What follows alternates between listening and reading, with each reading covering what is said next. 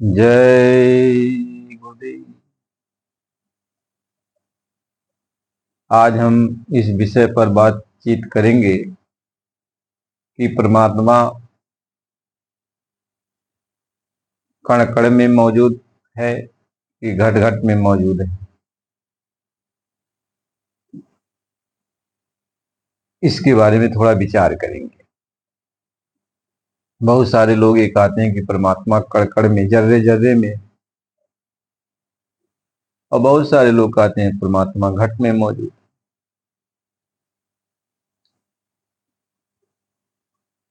तो परमात्मा जर्रे जर्रे में कैसे मौजूद है और परमात्मा घट में कैसे मौजूद है, इसके बारे में हम विचार करेंगे। देखो, परमात्मा की दो ताकत है। भगवान की दो ताकतें, दो प्रकृति भगवान की हैं।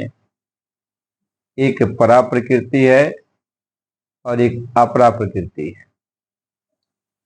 परा प्रकृति को चेतन प्रकृति कहते हैं और अपरा प्रकृति को भौतिक प्रकृति, जड़ प्रकृति कहते हैं। इस एक को विद्या कहते हैं तो एक को अविद्या कहते हैं। जो परा प्रकृति है उसको विद्या कहते हैं, जो अपरा प्रकृति है उसको अविद्या कहते हैं। एक जो परा प्रकृति है उसको चेतन माया कहते हैं और एक जो अपरा प्रकृति है उसको जड़ माया कहते हैं। बात यही है, आपको समझना है कि ये संसार में जब संसार की रचना हुई तो माया ने इसमें दो तरह की अपनी धार लगाई, दो तरह की अपनी ताकत दी। एक तो अपना ताकत जड़ रूप में दी और दूसरा अपना ताकत चेतन रूप में दी। माया इन दोनों में है। एक में तो जड़ बन के बैठी हुई है और एक में चेतन बन के बैठी हुई। एक एक जो है जड़वत बुद्धि है और एक में चेतन बुद्धि है। जो संसार में एक कणकण में है, सब में माया है, लेकिन एक कणकण में जो माया है वह जड़ माया है, वो जड़ माया है।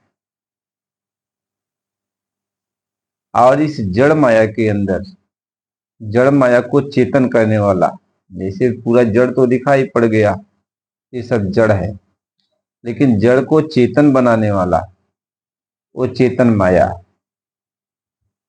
जिसको परा प्रकृति कहते हैं। जब जड़ माया के अंदर चेतन माया पिरो दी जाती है तो जड़ माया भी चेतन लगने लगती है। जैसे ये तन है, ये शरीर है, इस शरीर में चेतन माया यानी परा, जिसको परा विद्या कहते हैं, जिसको चेतन प्रकृति कहते हैं, या चेतन प्रकृति जब जड़ प्रकृति में चली जाती है तो जड़ प्रकृति भी चेतन हो जाती है। जैसे ये मिट्टी है, हवा है, पानी है, अग्नि है, तो ये सब जड़ प्रकृति है, लेकिन इसमें जब चेतन प्रकृति आ गई तो ये भी चेतन हो गई। देखो, जो पानी संसार में है सब पानी चेतन है, तब इसमें जो है लहर उठती है, पानी चलता है, पानी बहता रहता है, हवा चलती रहती है। इसमें जड़ प्रकृति में चेतन प्रकृति आ गई। जैसे शरीर के अंदर, शरीर तो जड़ है, लेकिन इसमें चेतन प्रकृति जब आ गई तो शरीर भी चेतन हो जाता है, चेतन हो जाता है, यानी शरीर के अंदर जान आ जाता है, शरीर के अंदर जान आ जाता है। तो चेतन प्रकृति और ये जो है जड़ प्रकृति, यह माया की दो ताकतें हैं। इसलिए गोस्वामी जी महाराज ने कहा कि गो गोचर जहां लग मन जाई सो सब माया जानो भाई। यानी जहां तक आप जान सकते हो, समझ सकते हो, सब माया है। चाहे वो जड़ को समझ सकते हो, चाहे वो चेतन को समझ सकते हो, चाहे चेतन माया को समझ सकते हो, चाहे जड़ माया को समझ सकते हो। तो मृतलोक में जड़ माया है और अंदर के लोकों में चेतन माया है। लेकिन मृतलोक भी चेतन दिखाई इसलिए पड़ता है कि इसमें जो चेतन माया है वह इसमें पिरो दी गई है, तो ये जड़ माया भी चेतन महसूस होती है। जड़ माया भी चेतन महसूस होती है। और जैसे मनुष्य ही है मृतलोक में, तो इनके अंदर चेतनता है। तो कोई ये नहीं कहेगा न कि ये जड़ है, कहेंगे चेतनता है। इनके अंदर चेतना है। जीव जंतु जितने भी हैं सबके अंदर चेतना है। महात्मा इस चीज को समझा रहे। तो अब भगवान को कहा यह जाता है कि भगवान घट घट में मौजूद है। भगवान घट घट में मौजूद है। फिर कहीं कहा जाता है भगवान कण कण में मौजूद है। तो यही भगवान, यानी माया की दो ताकतें हैं। एक चेतन चेतन ताकत, जिसको चेतन ब्रह्म कहते हैं। ये चेतन ब्रह्म घट में, घट का मतलब ये होता है कि जब कोई भी जड़ वस्तु में जान आ गई, जैसे मनुष्य शरीर है तो इसमें जान आ गई, तो यह मनुष्य शरीर के हृदय को घट कहते हैं। जहां पे चेतन भगवान बैठा हुआ है, जहां पे भगवान बैठा हुआ है उसके घट में। और जहां कड़कड़ में भगवान मौजूद है, जैसे अब कोई वस्तु, जितनी भी वस्तुएं दिखाई पड़ती हैं, तो इसमें कड़कड़ में भगवान मौजूद है। तो कड़कड़ में वो भगवान मौजूद है, यानी चेतन चेतन ब्रह्म मौजूद है। चेतनता है उसके अंदर, तब वो जो है उसका अस्तित्व है। यदि चेतनता न रहे तो उसका अस्तित्व खत्म हो जाएगा। झरझर झरझर करके अपने आप वो खत्म हो जाएगा। जैसे मिट्टी में सड़न पैदा हो जाए तो मिट्टी खत्म हो जाएगी। महात्मा इस चीज को समझाते हैं कि ईश्वर अंश जीव अविनाशी। यह जो है ईश्वर का जो अंश है वह जीव है। जीव है, ईश्वर का अंश जीव है। जीव का मतलब क्या होता है? जैसे ईश्वर का कौन सा अंश है? ईश्वर का अंश ये मन है। मन बुद्धि चित्त अहंकार, ये ईश्वर का अंश है। तो ईश्वर अंश जीव अविनाशी, ये भी अविनाशी है। जैसे ईश्वर भी अविनाशी है, तो यह भी जीव अविनाशी है। कहें चेतन अमल सहज सुख राशि, ये सहज सुखों की खानी है। इसके ऊपर कोई मैल नहीं है। मन के ऊपर कोई मैल नहीं है। मन तो सारा मैल आत्मा के ऊपर लाद देता है। जितना भी गंदगी होती है, ये मन गंदगी ले जा करके आत्मा के ऊपर लाद देता है, और मन के ऊपर कोई गंदगी नहीं रहती। मन सब कुछ, जितनी भी गंदगी है, सब आत्मा के ऊपर लादता है। आत्मा के सामने सारी गंदगी आ जाती है। महात्मा ये समझाते हैं कि वह चेतन अमर सहज सुख राशि, वह सहज सुखों की राशि है। यानी जो सुखों का घर है, ईश्वर का जो धाम है, ईश्वर का जो वंश है, ये मन है। यह यहाँ पे मानव शरीर में जीव बन के बैठा हुआ है।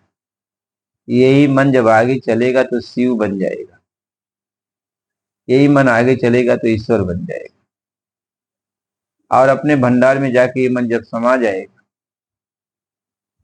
तो महात्मा ये समझाते हैं, इसी को कहते हैं कि ईश्वर अंश जीव विनाशी और चेतन अमर सहज सुख राशि। सो माया बस भयो बस गोसाई, बद्धो कीर मरकट की नाई। अब ये जो है ये मन यहाँ पे कैसे फंसा, कहते हैं माया के बस में। सो माया बस भयो गोसाई, यानी माया के द्वारा ये मन बस में किया गया है। यह है तो ईश्वर का अंश है, लेकिन इसको माया ने अपने बस में कर रखा, इसलिए मन की डोरी माया के हाथ में है। अब बद्धो कीर मरकट की नाई, जैसे बंदर को जो है मदारी बांध लेता है और अपने हिसाब से नचाता रहता है, ऐसे इस मन को ये माया नचाती रहती। ताते जीव भयो संसारी, और छूट न ग्रंथ न भयो सुखारी। तब से यह जीव, तब से यह मन संसारी बन गया, तब से मन यह संसारी बन गया, भोग इंद्रियों में लग गया और तब से छूटता नहीं है, इसलिए वह संसारी बना हुआ है और अपने सुखों के घर में यानी ईश्वर के धाम में ये नहीं जा पाता है। इसी को महात्मा समझा।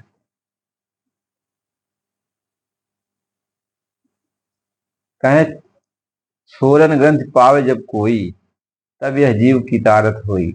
यदि जब तक यह जड़ चेतन की जब तक यानी माया ने जो इसकी गांठ बांधी है, यह गांठ जब तक खुल नहीं जाएगी तब तक यह मन ईश्वर का रूप नहीं बन पाएगा, तब तक यह अपने सुखों के सागर में नहीं जा पाएगा।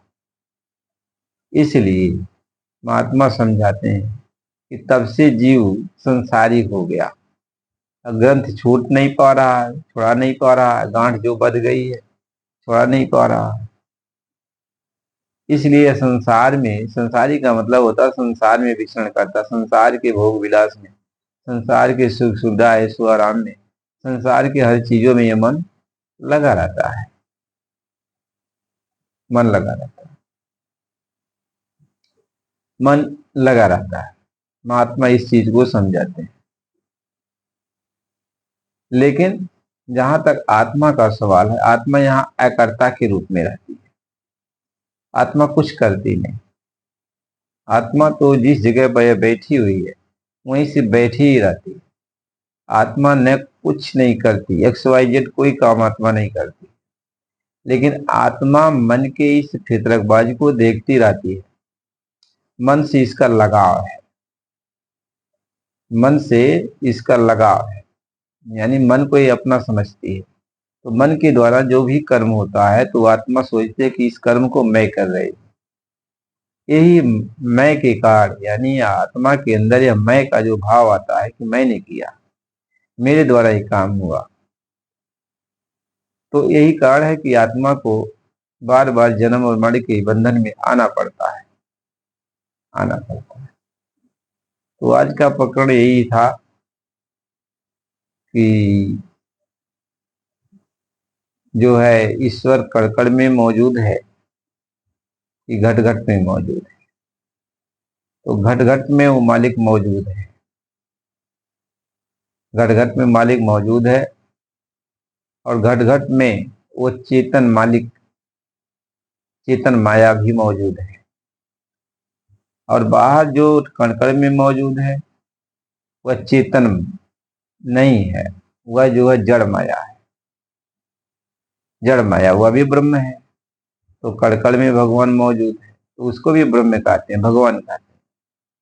ये भी ब्रह्म वो ब्रह्म, एक चेतन ब्रह्म है, एक अचेतन ब्रह्म है, एक चेतन ईश्वर है, एक अचेतन ईश्वर है। तो दोनों में ईश्वर ही है, इसलिए ईश्वर कण कण में भी है और ईश्वर घट घट में भी है।